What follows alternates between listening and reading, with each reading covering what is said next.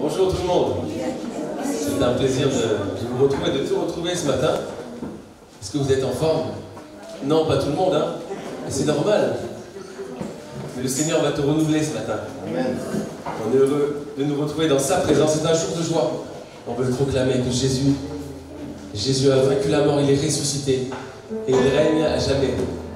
Seigneur, tu vas renouveler nos forces ce matin. Tu vas nous bénir. Merci Jésus. On veut chanter que c'est un bonheur d'appartenir à Jésus, qu'on est racheté, qu'on est fils de Dieu. On y va? Mon rédempteur vit.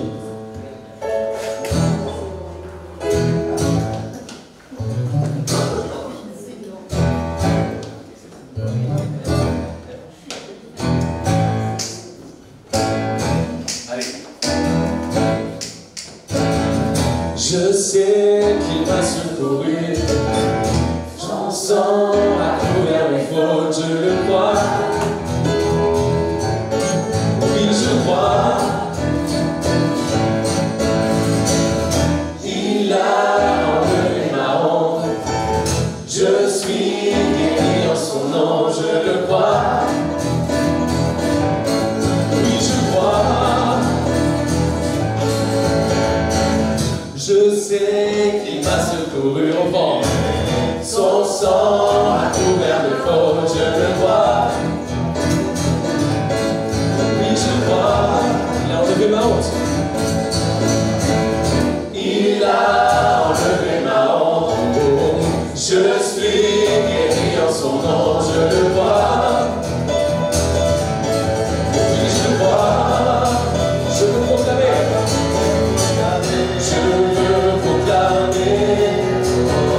Jésus a vaincu la mort, mon rédempteur vit, mon rédempteur vit, mon rédempteur vit, mon rédempteur vit. Répète, il vit, il vit, il vit, mon rédempteur vit, il vit,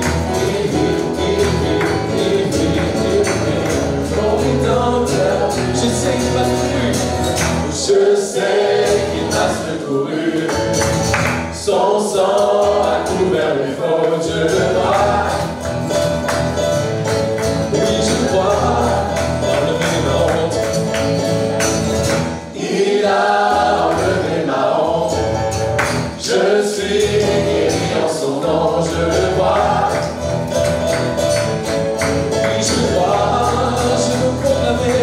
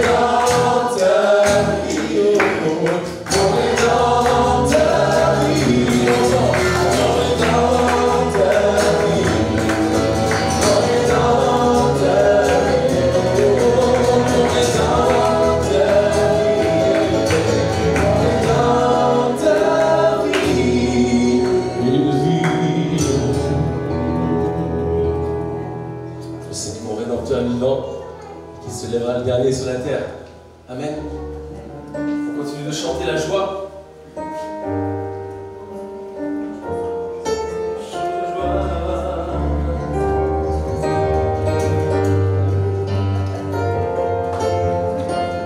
Le plus grand jour de l'histoire, la mort est vaincue par ta victoire. Chantons-le, Jésus est vivant.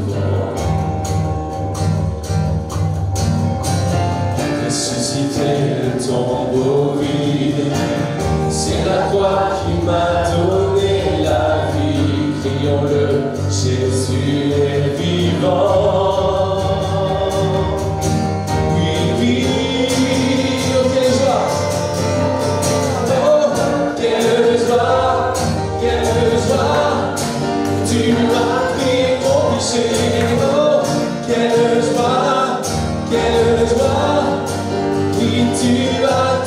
changé.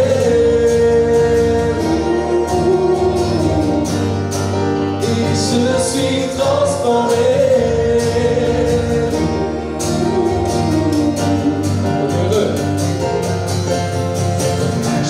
Heureux en ce lieu merveilleux, je te vois mon Dieu, louange à toi, Jésus, tout à toi. Joie sans fin, paix parfaite, frères et sœurs, c'est un jour de fête, célébrons, Jésus est vivant.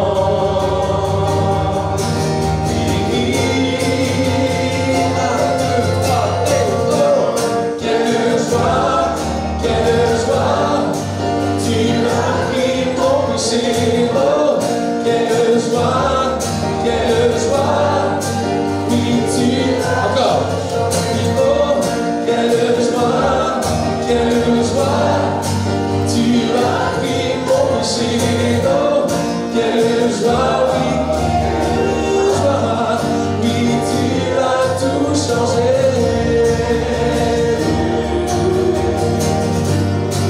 Et je suis transformé.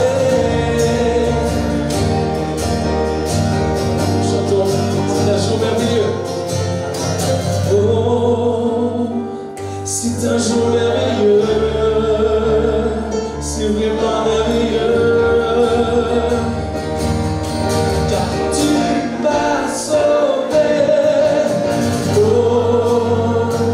c'est un nom merveilleux, c'est un nom merveilleux, c'est un nom merveilleux.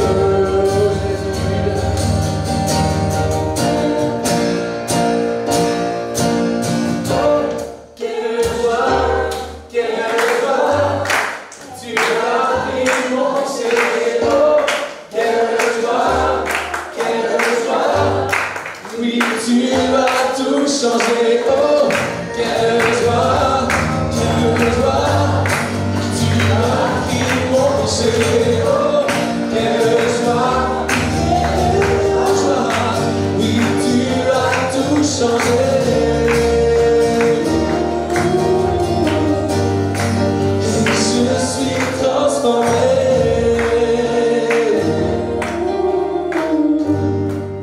Oui, je suis transformé.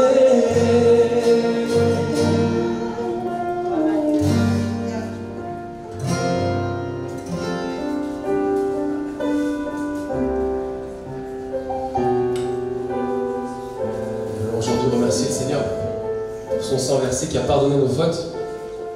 Il ne change pas, il demeure le même. La Bible nous dit qu'en lui, il y a ni changement, ni ombre de variation. Alors, Seigneur, on réalise ce matin combien ta présence est importante, comme on va le chanter là. Combien ta présence est précieuse. On veut te remercier pour ces moments qu'on peut vivre sous ton regard, Seigneur, avec toi.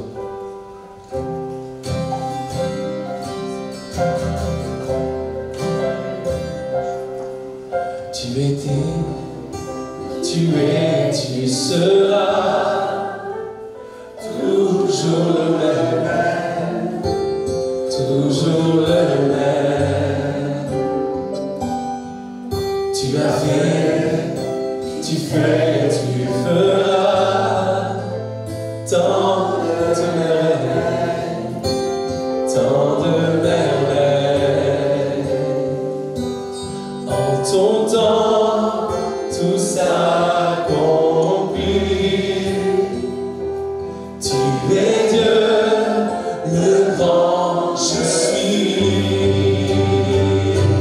Tu nous ouvres grand les portes du ciel.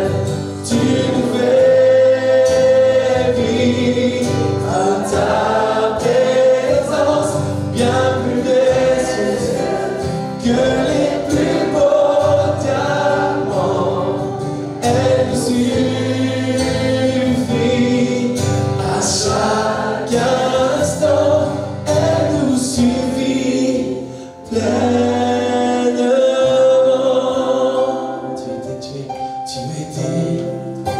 Tu es, tu seras toujours le même, toujours le même, toujours le même.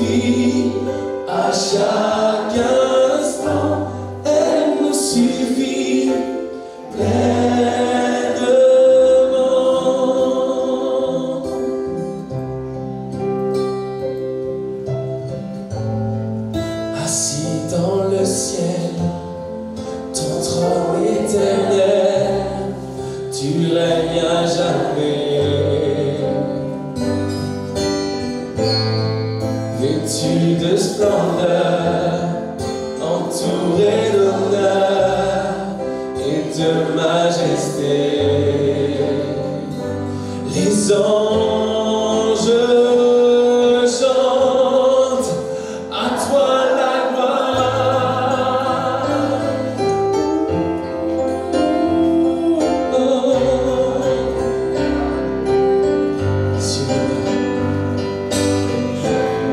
Les cieux et les mers, la vie, la lumière nous parlent de toi. Tu les as créés, les as appelés au son de ta voix. La terre chante majestueux,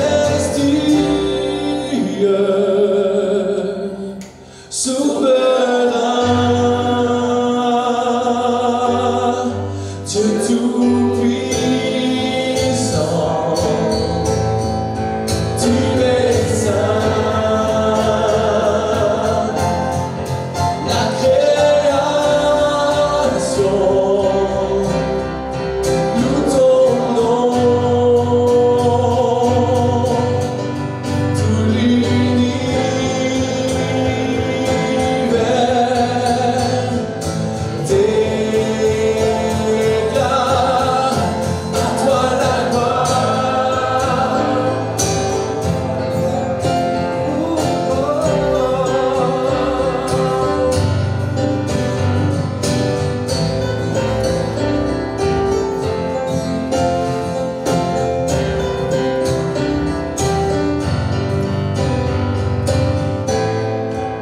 Serviteur, tu vas sur la terre révéler l'amour.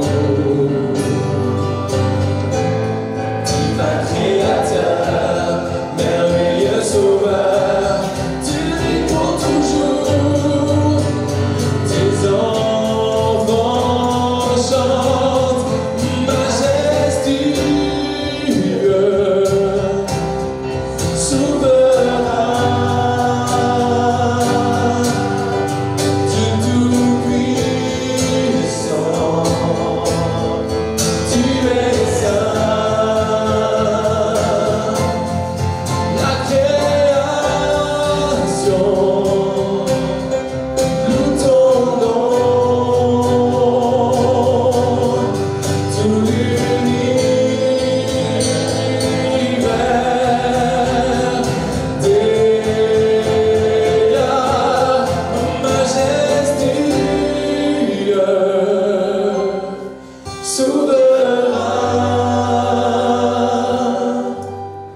Dieu tout-puissant, tu es saint. La création loue ton nom, tout l'univers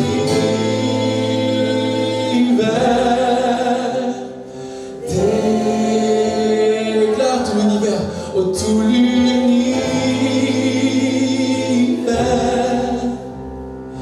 déclare à toi la gloire.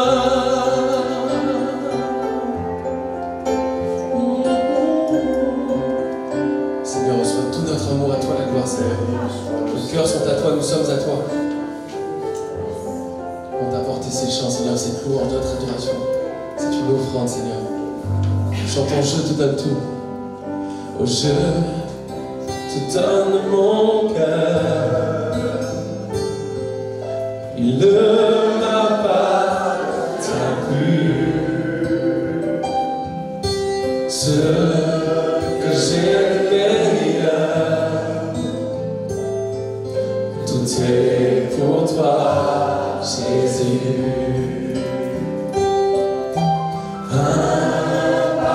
De valeur sur toi est répandu. C'est l'offrande de mon cœur. Je suis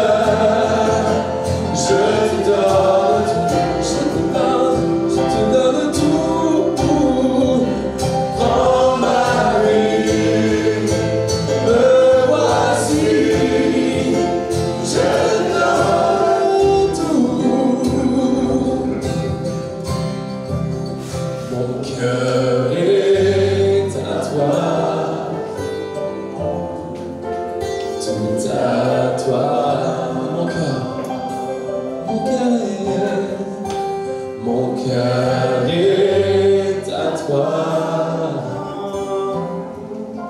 tout à toi. Reprends, je te donne mon cœur.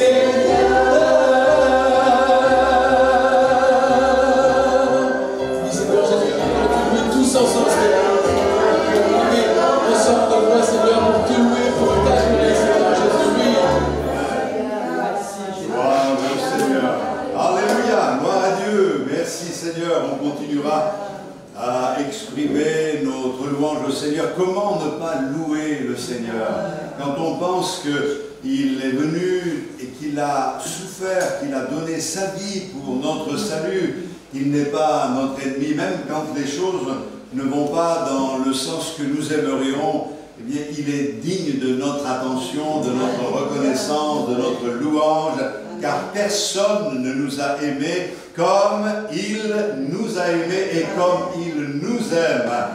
Gloire à Dieu, que Dieu bénisse nos bien-aimés qui sont partis aujourd'hui, certains, d'autres ne sont pas là, que Dieu les bénisse abondamment. Nous sommes là et avant de partager la Sainte Seine, voulons nous poser certaines questions. Je vous propose de lire dans l'évangile de Marc un récit des plus connus de l'Écriture, puisqu'il s'agit de la résurrection de Jésus. Et au chapitre 16 de l'évangile de Marc, nous allons lire un paragraphe de ce chapitre. Donc il est dit, lorsque le sabbat fut passé, donc on se retrouve maintenant le dimanche comme aujourd'hui, Jésus de Magdala, Marie, mère de Jacques et Salomé achetèrent des aromates afin d'aller embaumer Jésus. Le premier jour de la semaine, elles se rendirent au sépulcre de grand matin, comme le soleil venait de se lever. Elles disaient entre elles, « Qui nous roulera la pierre loin de l'entrée du sépulcre ?» Et levant les yeux, elles aperçurent que la pierre, qui était grande, avait été roulée. Elles entrèrent dans le sépulcre, virent un jeune homme assis à droite, vêtu d'une robe blanche, et elles furent épouvantées. Il leur dit, « Ne vous épouvantez pas, vous cherchez Jésus de Nazareth qui a été crucifié, il est ressuscité. Il n'est point ici. Voici le lieu où on l'avait mis. Mais allez dire à ses disciples et à Pierre qu'il vous précède en Galilée. C'est là que vous le verrez, comme il vous l'a dit. » Elles sortirent du sépulcre et s'enfuirent de peur, et le trouble les avait saisies. Et elles ne dirent rien à personne à cause de leur effroi. Jésus, étant ressuscité le matin du premier jour de la semaine, apparut d'abord à Marie de Magdala, de laquelle il avait chassé 7 démons. Et alla emporter la nouvelle à ceux qui avaient été avec lui et qui s'affligeaient et pleuraient. Quand ils entendirent qu'il vivait et qu'elle l'avait vu, ils ne le crurent point. Nous voyons que par la suite, ils ont été eux aussi convaincus, car le Seigneur s'est révélé à eux. Mais c'est vrai, comment croire que quelqu'un puisse revenir d'entre les morts? Il l'avait promis, il l'a fait. Alléluia. Aujourd'hui, nous voulons fêter un Seigneur qui est vivant, qui est sorti du tombeau. Et le Christ qui a vaincu le diable, le péché et la mort, est au milieu de nous pour nous accorder sa victoire dans toute sa dimension et dans tout son étendue. Notre Seigneur est merveilleux. Vous avez des besoins, il y a des luttes, des combats, c'est normal. Mais notre Seigneur est le Dieu de la délivrance. Et même ce matin, pendant que la parole de Dieu est annoncée pendant ce culte, Dieu peut se glorifier d'une manière glorieuse et merveilleuse en donnant des réponses, en accordant des délivrances, en permettant que des guérisons s'opèrent au milieu de nous. Ne limitons pas le Seigneur, mais croyons que la grâce de Dieu est pour nous aujourd'hui. Il y a quelque chose qui m'a interpellé, et ce n'est pas la première fois que cela m'interpelle, mais pour ce culte ce matin, c'est ce que ces femmes se disent en allant au tombeau. Elles ont dans le cœur un désir. Ce désir, c'est d'embaumer le corps du Seigneur qui avait été mis dans un tombeau au préalable. Elles se disaient, on ne peut pas le laisser comme cela, il faut embaumer ce corps. Elles avaient de l'amour pour Jésus, un profond respect pour lui. J'y reviendrai, mais elles n'arrivaient pas à croire ce qu'il avait annoncé, qu'il ressusciterait. Donc, pour le maintenir le mieux possible dans la mort, le mieux c'était de l'embaumer. Donc, elles achètent des aromates pour embaumer le corps du Seigneur et elles vont au cimetière. Elles se disaient entre elles, qui nous roulera la pierre loin de l'entrée du sépulcre. Il est dit ici que la pierre, qui était grande, était un véritable obstacle. Qui nous roulera la pierre loin de l'entrée du sépulcre? Cette pierre, elle symbolise ce matin pour nous tout ce qui est grand, lourd et qui consiste en un obstacle dans notre vie. C'est l'idée de l'incapacité naturelle que l'homme a de déplacer des pierres. Ces pierres sont des obstacles. Nous nous trouvons tous avec des interrogations. Qui pourra enlever cette pierre? Qui pourra la rouler? Qui pourra nous aider dans cette situation?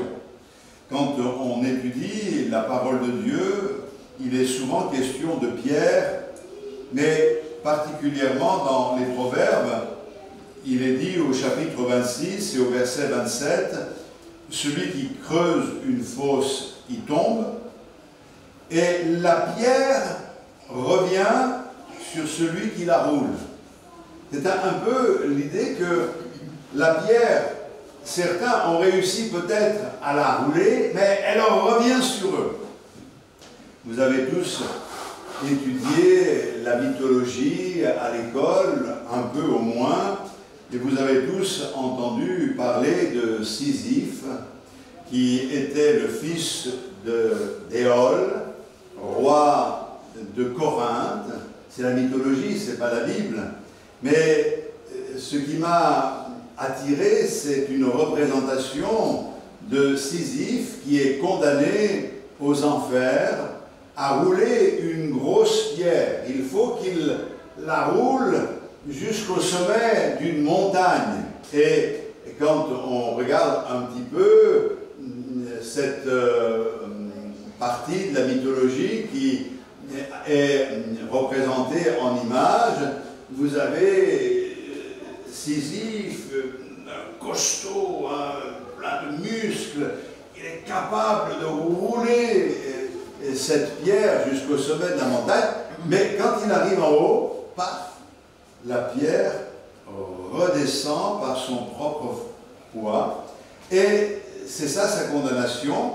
Il doit recommencer pendant toute l'éternité à monter cette pierre et savoir qu'elle va redescendre. C'est la mythologie, ce n'est pas la Bible, mais on peut se servir de cet exemple qui illustre l'incapacité et l'inefficacité de l'homme à rouler les pierres, à déplacer les obstacles, à enlever ces obstacles qui se dressent entre le Seigneur et nous. D'ailleurs, ce mythe de Sisyphe a été repris par Albert Camus et qui justement explique que ça concerne beaucoup de personnes, mais il dit que d'efforts infructueux pour des résultats inexistants. Albert Camus a dit que ces vains efforts de Sisyphe, héros absurdes, sont le prix à payer pour les passions de cette terre. On fait des efforts, mais ça ne sert à rien. On se retrouve toujours au même point. Alors, la question posée par les femmes du récit est précise, elle est significative, cette question. Elles avaient entrepris une chose sans savoir avant comment elles allaient pouvoir réaliser ces choses. Elles étaient parties dans le but d'embaumer le corps du Seigneur sans savoir comment y arriver, car elles ne pouvaient pas par elles-mêmes rouler cette pierre. Nous avons peut-être quelques-uns voyagé en Israël. Je me souviens que lors du premier voyage que j'ai fait en Israël, on est allé au tombeau de Jésus, pas celui qui est au cœur de la ville, mais celui qui est dans le jardin de la tombe. Et il y a des choses gravées, intéressantes, et qui montrent bien que c'était un endroit. Mais la pierre qui fermait l'entrée de la tombe de Jésus, elle n'y est pas, on ne la trouve pas. Mais le guide nous a amenés un petit peu plus loin. Je ne sais pas par où on est passé. Il nous a amenés dans un endroit gardé secret. Et là, il nous a fait voir une tombe qui ressemble à la tombe où Jésus a été enterré. Non, on ne sait pas exactement si c'est là ou si c'est à côté, peu importe, ça n'a pas d'importance. Et là, il y avait une grosse pierre ronde, une meule, qui était roulée sur le côté et qui nous a donné un peu l'explication. Cette grosse pierre, comme une grosse meule de pierre, était roulée à l'entrée du tombeau, ce qui était normal, et personne ne pouvait bouger cette pierre. Ce n'est pas 2 femmes, 3 femmes, 4 femmes, mais même accompagnées d'un ou 2 hommes qui auraient pu rouler cette pierre. Elle était énorme. Et ça parle, quand on voit cette réalité, le fait que je vous l'explique, ça doit vous aider à comprendre. Cette pierre bouchait l'entrée du sépulcre, et cette pierre qui bouche l'entrée du sépulcre représente les situations vécues par beaucoup de chrétiens. Il y a des pierres qui obstruent l'accès à la présence du Seigneur. Et il y a des choses qui sont comme infranchissables, des situations qu'il est humainement impossible de régler.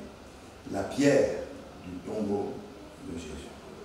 La Bible nous dit, puis il roula une pierre à l'entrée du sépulcre.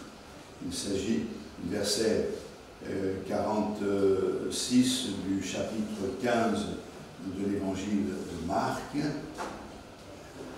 C'était un sépulcre taillé dans le roc, puis il roula une pierre à l'entrée du sépulcre. On pourrait se poser la question, pourquoi on mettait une pierre à l'entrée du sépulcre, et une pierre aussi grosse, qu'on ne puisse pas la bouger? Bien tout simplement parce que la pierre, elle était là pour fermer le tombeau. C'était une grande pierre.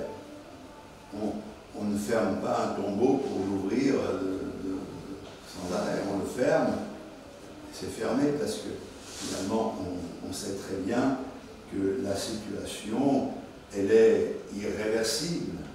On ne fermait pas le tombeau pour le rouvrir. On le fermait d'une manière définitive.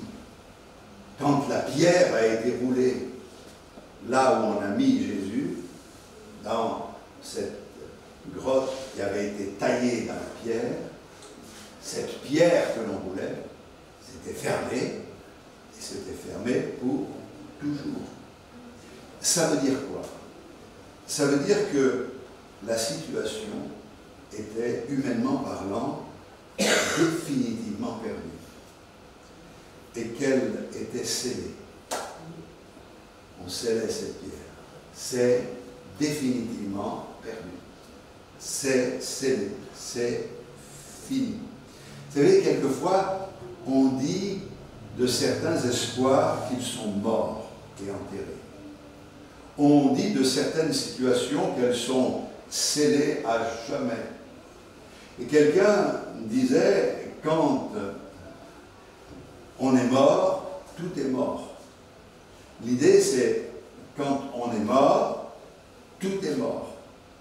Mais ce raisonnement que l'on peut comprendre, et qui est humain, et auquel nous pouvons, je dirais, nous identifier, quand c'est mort, tout est mort. Quand on est mort, tout est mort. en réalité, ne doit pas être vue de cette manière-là aujourd'hui par chacun d'entre nous.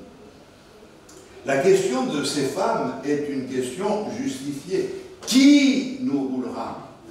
On ne peut pas. On ne s'en sortira pas. Mais, dans le fond, suivez-moi bien, si elles disent qui nous roulera la pierre, c'est qu'au fond d'elles-mêmes, en sachant très bien que c'était impossible, elles pensaient qu'il pouvait y avoir une possibilité. Et quelquefois, nous sommes dans cet état d'esprit où nous savons très bien que c'est pas possible, ça ne peut pas arriver, ça ne pourra pas se faire, mais on se dit, qui roulera la pierre? On se raccroche à un espoir que ce qui est visible nous refuse, on se raccroche à une espérance qui n'a rien à voir avec les moyens humains. On espère que quelque chose va se passer et que le Seigneur va se manifester. Alors, quelle est la leçon du projet de ces femmes? Aujourd'hui, nous pouvons nous trouver face à des situations qui nous semblent insurmontables, des problèmes que l'on ne saurait résoudre. On croit que c'est figé, ça a pris cette direction, ça ne pourra pas changer, ça ne pourra pas bouger, mais c'est sans compter, sans le secours du Seigneur. Je crois que nous devons nous attendre au miraculeux, en toute occasion, en toutes circonstances.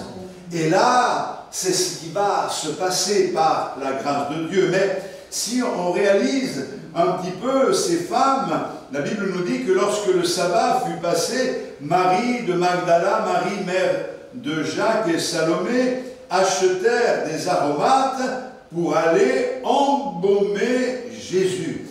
Il y a un désir chez ces femmes. Elles veulent vénérer, honorer le Seigneur parce qu'elles aiment le Seigneur. Elles sont motivées par un désir pieux. Elles ont les meilleures intentions possibles que l'on pourrait trouver dans le cœur de quelqu'un qui aime le Seigneur. Elles ne veulent pas perdre de temps. C'est la fin du sabbat. Maintenant, c'est possible. Donc, dès le dimanche matin, elles ont acheté les aromates. Elles se précipitent. Elles veulent vraiment faire quelque chose pour Jésus qu'elles ont aimé et qu'elles aiment encore. Cependant, je crois que ce désir qui est dans le cœur de ces femmes souligne qu'elles ont l'intention d'embaumer le Seigneur parce que pour elles, le Seigneur est mort. Qu'il est bien mort. On ne va pas embaumer un vivant. On embaume un mort. Ça veut dire qu'il y a quelque chose qui ne va pas dans leur raisonnement. Elles aiment le Seigneur. Elles aiment celui qui a été avec eux. Elles aiment ce message qu'il leur a laissé. Elles aiment tout. Elles ont tant espéré en lui. Et là, elles ont du parfum. Elles veulent embaumer le Seigneur. Ça veut dire qu'elles n'envisageaient pas qu'il puisse revenir à la vie. Pourtant, c'est ce que lui avait promis. Leur désir d'embaumer le corps symbolise la foi de beaucoup de frères et sœurs, cette foi qui ne va pas plus loin que ce désir d'entourer le Seigneur de beaucoup de vénération, de beaucoup de dévotion, mais ça ne va pas plus loin. Ce matin, nous sommes venus pour entourer le Seigneur de vénération, de dévotion, de louange. Nous sommes venus pour bénir Dieu de tout notre cœur. Mais si notre culte se limite à cela, et si notre foi se limite à cela, alors il lui manque quelque chose. Je t'adore, Seigneur, je te loue de tout mon cœur, mais je ne crois pas que quelque chose puisse changer. Je te bénis, Seigneur, de toute mon âme, mais je sais que c'est scellé, ça restera scellé. Oh, mes frères et sœurs, notre foi doit être une foi vivante. Notre Seigneur est mort, mais notre Seigneur est ressuscité. Aujourd'hui, nous partageons la Sainte Seine et nous nous souvenons que Jésus a donné sa vie pour nous et nous ne voulons pas l'oublier. Mais si Christ est mort, la Bible dit, bien plus, il est ressuscité. Si notre culte se limite seulement à cela, en lui disant, Seigneur, je te resterai fidèle, c'est bien, mais ce n'est pas ça le vrai culte. Notre foi est vivante. Lorsque les anges au tombeau se sont adressés aux femmes, cela est mentionné dans Luc 24, verset 5, le message adressé est celui-ci. Pourquoi cherchez-vous parmi les morts celui qui est vivant? Notre Seigneur est vivant. Et c'est pour cette raison que l'apôtre Paul, dans les Galates, au chapitre 2 et au verset 20, dit « J'ai été crucifié avec Christ, et si je vis, ce n'est plus moi qui vis, c'est Christ qui vit en moi. » Il dit, je suis mort, j'ai été crucifié, je suis mort, bien qu'il fût vivant. Mais si je vis, ce n'est plus moi qui vis, c'est Christ qui vit en moi. C'est-à-dire qu'il est en train d'expliquer ce qu'est la foi vivante.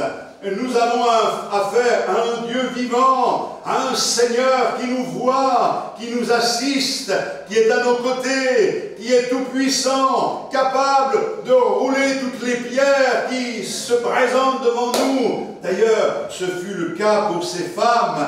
Elles sont arrivées au tombeau, elles ont trouvé que la pierre avait été roulée. Qui a roulé la pierre? Ce n'est pas le jardinier, hein? C'est le Seigneur lui-même qui a roulé cette pierre. Il est descendu dans la mort, mais il en est sorti vainqueur. Il est ressuscité. Alléluia. Ce matin, je voudrais vous communiquer cette pensée que notre Seigneur est vivant. Il est tout puissant. Alléluia. Alors, des pierres, on en rencontre. Des obstacles, il y en a. Cette pierre était un obstacle entre Jésus et elle. C'était un peu l'obstacle pour les empêcher d'arriver jusqu'à lui. Mais la pierre a été roulée. Qu'a dit Jésus en donnant sa vie à la croix du Calvaire? Il a dit, tout est accompli. Nous pouvons maintenant comprendre que aucun obstacle ne peut résister. La possibilité nous est donnée de l'atteindre, mais non pas dans le tombeau, au-delà du tombeau, dans la résurrection. Alléluia! Le baptême, c'est un symbole extraordinaire. Quand on est plongé dans l'eau, on accepte, comme l'apôtre Paul, de mourir avec Christ, d'être crucifié avec lui. La vie sans Dieu, elle est finie. Notre vie avec les désirs du monde et autres, c'est terminé, c'est mort.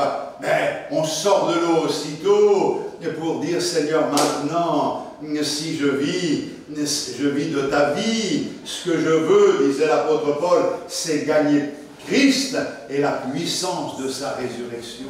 C'est cette vie qui coule maintenant dans nos veines, la vie du Seigneur, cette vie formidable qui alimente ma foi et qui me permet de redresser la tête alors que l'ennemi a essayé de me faire mordre la poussière. C'est cette foi qui me permet d'être dans la joie alors que toutes les circonstances voudrait que je sois dans la tristesse. C'est cette bénédiction qui nous est accordée de la part du Seigneur, mais qui nous maintient dans la paix quand il faudrait être dans l'agitation. C'est parce que nous avons un Seigneur vivant, et ce Seigneur qui a vaincu la mort est à nos côtés pour que nous puissions vraiment vaincre toutes les situations. Ces pierres représentent tout ce qui est grand, tout ce qui est lourd, tout ce qui nous empêche de nous approcher du Seigneur, tout ce qui voudrait nous empêcher de parvenir à toucher le Seigneur, à le saisir. Ce matin, il y a peut-être des pierres qu'il faudrait rouler. C'est l'image peut-être de la souffrance. La souffrance, c'est une grande pierre dans une vie qui peut être un obstacle. C'est l'incompréhension des situations que l'on traverse. Et on se dit, mais combien c'est injuste, combien c'est douloureux, combien c'est difficile. C'est les difficultés d'arriver à croire dans l'amour de Dieu quand on traverse certaines situations, et de se dire que finalement Dieu nous aime, Dieu aime tout le monde, mais nous, il ne nous aime pas comme on mérite d'être aimé. Peut-être qu'il y a quelque chose qui empêche, Seigneur, que tu ne m'aimes, mais mes frères et sœurs, ces raisonnements viennent de l'adversaire de notre âme, qui sème le doute dans nos esprits. Si le Seigneur a donné sa vie sur la croix pour notre salut, croyez-vous qu'aujourd'hui il ne vous aime pas? S'il vous a aimé alors qu'il a donné sa vie lorsque vous faisiez fi de lui, lorsque vous avez levé le poing contre lui, à plus forte raison maintenant, dit l'Écriture, que nous sommes ses enfants, même si quelquefois les choses ne se passent pas, ne se déroulent pas comme on voudrait, et même si quelquefois on n'est pas au top, comme certains disent aujourd'hui, le diable sait utiliser les failles de nos vies pour nous culpabiliser. Il sait mettre en avant ce qui ne va pas dans nos vies, et pour justement nous culpabiliser. Moi j'ai connu des frères et sœurs qui étaient vraiment engagés avec le Seigneur et qui traversaient des périodes de doute, et quand ils ouvraient leur cœur pour me dire ce qui les empêchait de croire dans l'amour de Dieu pour eux, eh bien ce qu'ils me disaient c'était vraiment des pécadilles. On a vraiment s'attaché à des choses, ce désir d'être vraiment propre, d'être comme parfait pour le Seigneur. Mais ça c'est honorable, mais c'est glorieux, mais ne nous laissons pas arrêter. Nous n'avons pas encore atteint le but, mais nous courons dans la carrière qui est ouverte devant nous, parce que le Seigneur est avec nous, et nous remporterons la victoire. Alléluia! Oh, merci Seigneur pour la grâce qu'il nous accorde. Des pierres peuvent obstruer le chemin de la foi, de la prière, de la compréhension de la Bible. Il y a dans l'esprit des hommes des pierres. Et moi je me souviens quand je me suis converti juste avant, je me suis posé des tas de questions, ça venait sans arrêt. Et je n'arrivais pas à donner des réponses. Il y avait là comme une pierre. Pierre m'empêchait d'avoir la lumière ou de voir la lumière. Mais je sais que quand, quelques jours après, j'ai donné ma vie au Seigneur, parce que c'était le travail de Dieu dans mon cœur qui m'attirait à lui, et je ne le savais pas. Et quand il y a eu ce miracle dans ma vie, je n'ai pas eu la réponse à toutes les questions, mais j'étais dans la lumière, et il n'y avait pas... C'est comme si j'avais reçu toutes les réponses, sans avoir toutes les réponses. Parce que c'est vrai qu'on se pose des tas de questions quand on est travaillé, quand une âme est en travail, quand elle cherche à naître. Il y a quelque chose, je veux croire, mais je n'y arrive pas, il y a eu un obstacle. Et toutes ces pierres de nos raisonnements après des années de conversion qui sont sur notre chemin, eh bien, elles ont besoin d'être enlevées, d'être roulées. Les difficultés spirituelles demeurent comme des obstacles qui subsistent sur notre chemin, mais nous croyons que le Seigneur peut dynamiser toutes ces pierres et nous amener à avoir un chemin, et qui est un chemin ouvert pour la gloire du roi des rois. C'est vrai que ces pierres peuvent représenter aussi le cœur humain. Vous savez, la Bible nous dit dans Ézéchiel au chapitre 36, « Je vous donnerai un cœur nouveau et je mettrai en vous un esprit nouveau. J'ôterai de votre corps le cœur de pierre et je vous donnerai un cœur de chair. » Tout est réglé par le Seigneur. Ici, bien sûr, c'est la nouvelle naissance. Quand on vient au Seigneur, notre nature, c'est celle d'un cœur de pierre. Et quand on a trouvé le Seigneur, eh bien, c'est plus un cœur de pierre. Il y a eu une transplantation cardiaque qui s'est opérée dans notre être intérieur. Vous savez, quand il y a un infarctus, eh bien, les artères se bouchent en général et le cœur meurt. C'est des parties du cœur qui se nécrosent parce qu'elles ne sont plus irriguées et ça devient un peu dur comme une pierre. C'est ça, nous étions nécrosés, nous étions dans la mort à cause du fait que la vie ne passait pas en nous. Mais maintenant, nous avons un cœur nouveau et la vie passe en nous comme le sang dans les artères et les veines. De la même manière, la vie du Seigneur passe en nous aujourd'hui. L'obstacle a été enlevé. Alléluia. Alors l'intervention divine, on la trouve dans Matthieu chapitre 28, le verset 2. Il est dit, et voici, il y eut un grand tremblement de terre, car un ange du Seigneur descendit du ciel, vint rouler la pierre, et il s'assit dessus.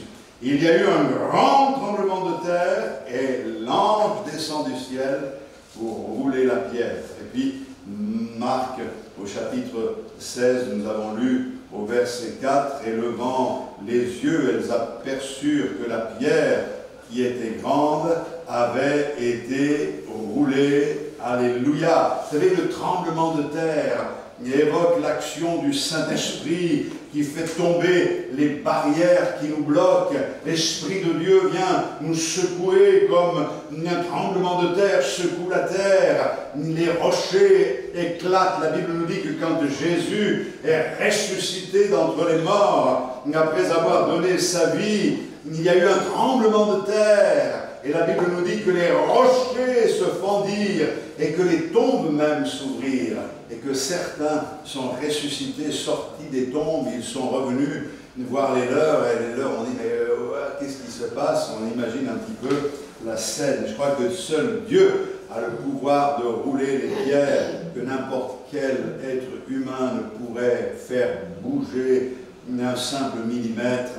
Et je voudrais vous encourager, car on pourrait dire ce matin que la pierre a été roulée. C'est une chose faite. Tout est accompli. Quand Jésus prit le vinaigre, il dit, tout est accompli, tout est payé. Et c'est notre message. Aujourd'hui, je veux dire que tout est accompli. La foi, c'est ce qui va nous permettre de réaliser ce que par nous-mêmes, nous ne pouvons pas accomplir. Je voudrais vraiment ce matin vous encourager, frères et sœurs, et vous dire que notre Seigneur n'a pas changé. Nous ne sommes pas venus simplement pour vénérer le Seigneur et pour dire merci d'être mort sur la croix pour nous donner le salut. Nous sommes maintenant associés à un Seigneur qui est vivant et qui travaille avec nous pour le salut du plus grand nombre. Vous savez, la Bible nous dit que Christ est mort pour nos péchés, il est ressuscité pour notre justification.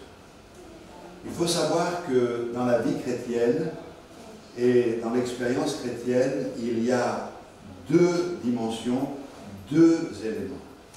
Premièrement, Jésus est mort pour le pardon de nos péchés. Deuxièmement, il est ressuscité pour notre justification. La justification, c'est être recréé, créé juste, pour commencer une vie nouvelle avec lui. Si on n'a pas les deux dimensions, ça ne va pas. si on se contente simplement de Jésus est mort, on oublie le reste.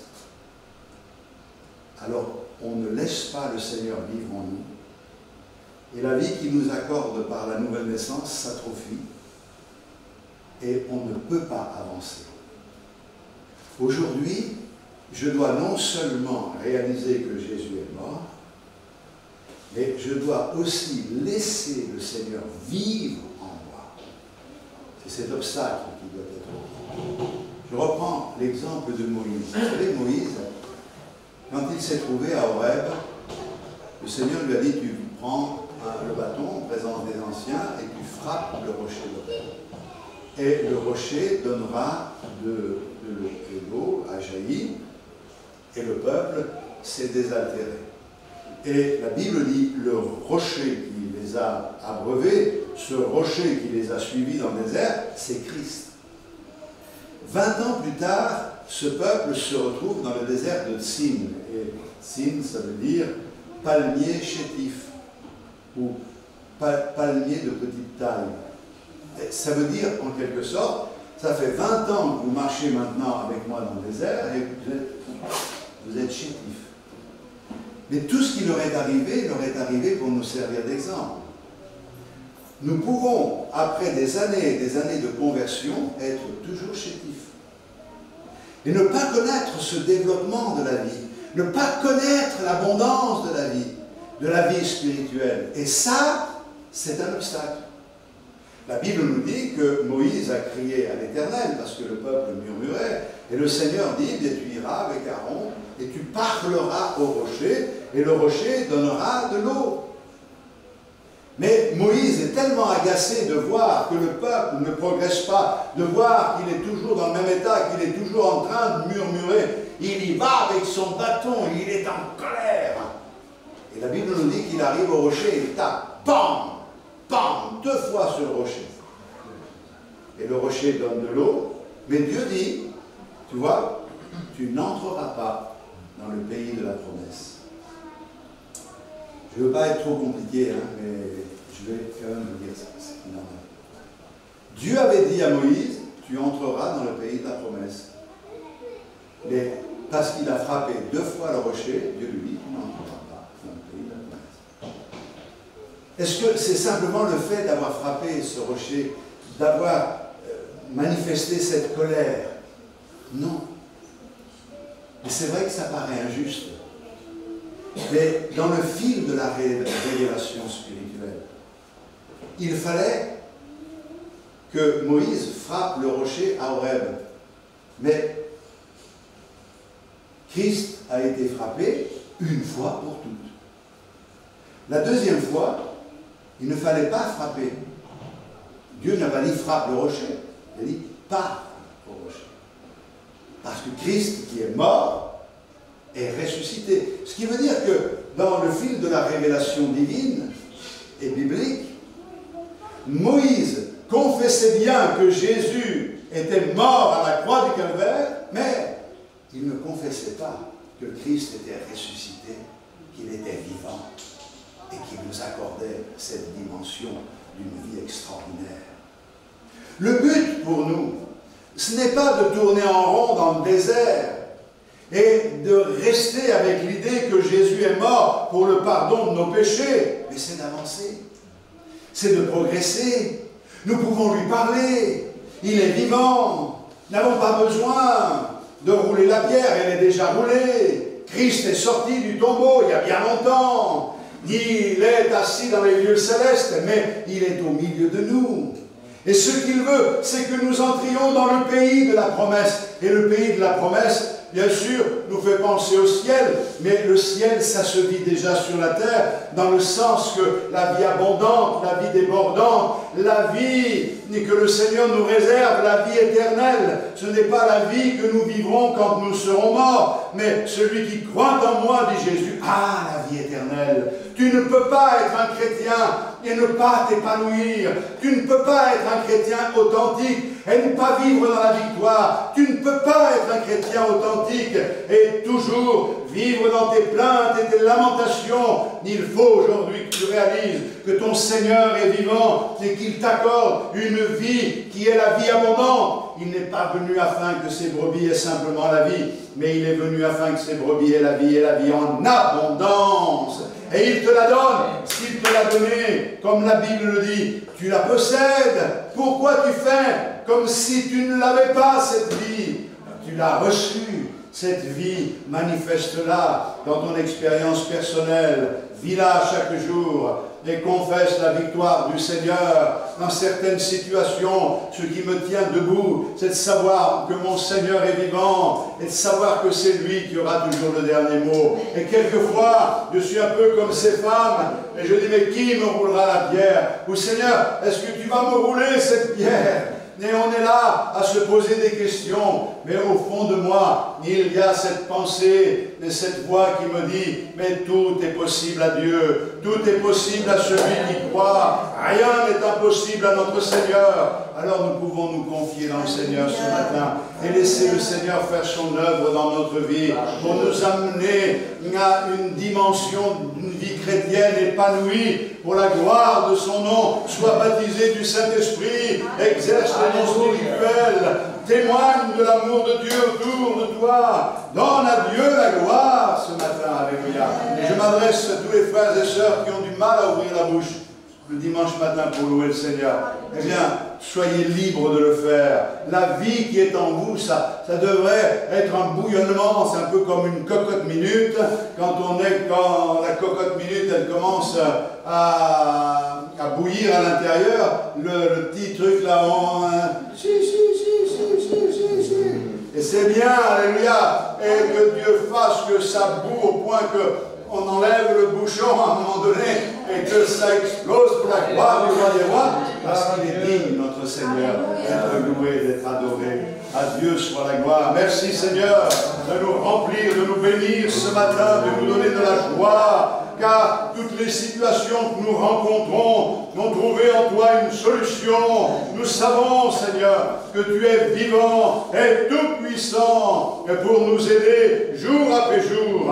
Mais l'important, quelles que soient les circonstances que nous traversons, c'est que ta vie puisse circuler en nous et que nous puissions laisser cette vie nous débarrasser de la chétivité d'une vie chrétienne et qui a du mal à prendre son essor pour connaître le véritable essor d'une vie de communion avec le roi des rois, le Seigneur des seigneurs. Nous ne voulons pas être des religieux, des bigots, nous voulons vraiment être des hommes et des femmes de Dieu. Ce matin, nous confessons que tu es mort et nous t'honorons, te vénérons, nous t'adorons pour cela. Le Seigneur, nous allons au-delà du fait que tu sois mort, nos péchés sont pardonnés, mais maintenant nous vivons pour toi et nous donnons gloire à ton nom. Sois loué, sois béni de nos cœurs qui t'aiment, dans le nom de Jésus-Christ. Amen. Louons le Seigneur. Alléluia. Béni soit Dieu, béni soit Dieu.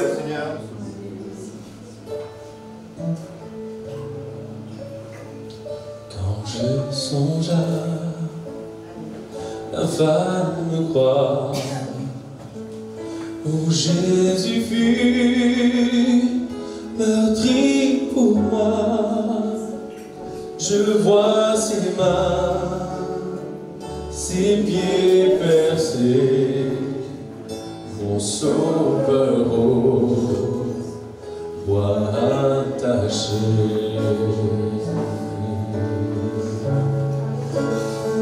Son corps lié, de larmes tremblées, dans le tombeau fut déposé, l'entrée scellée d'une lourde pierre, le Messie seul était laissé.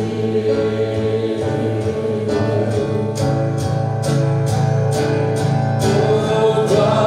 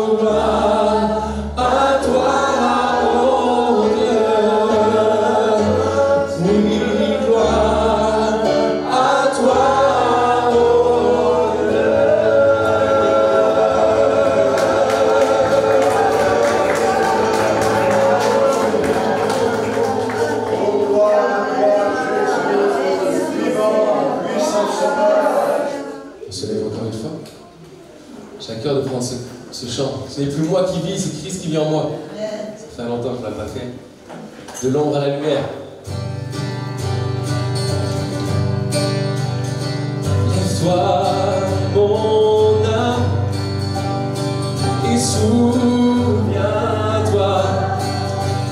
tout mon péché, il a enterré.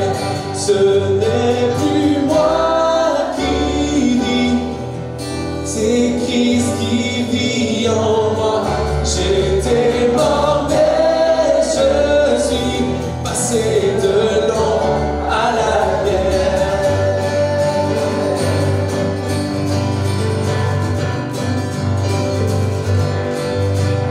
Je peux vanter que de la croix, mon sauveur s'est ouvert pour moi.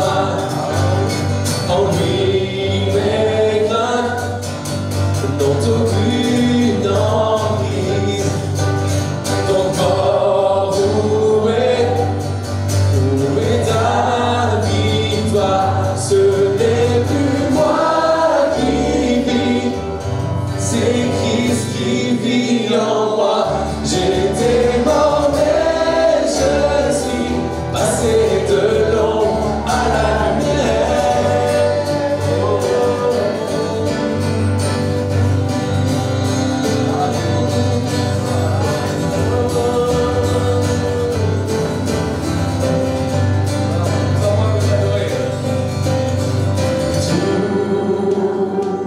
Tout en moi veut t'adorer.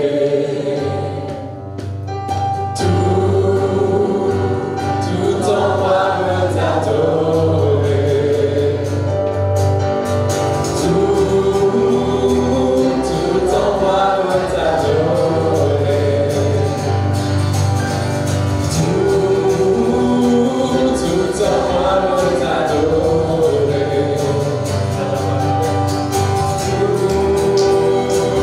Tout en moi veut t'adorer.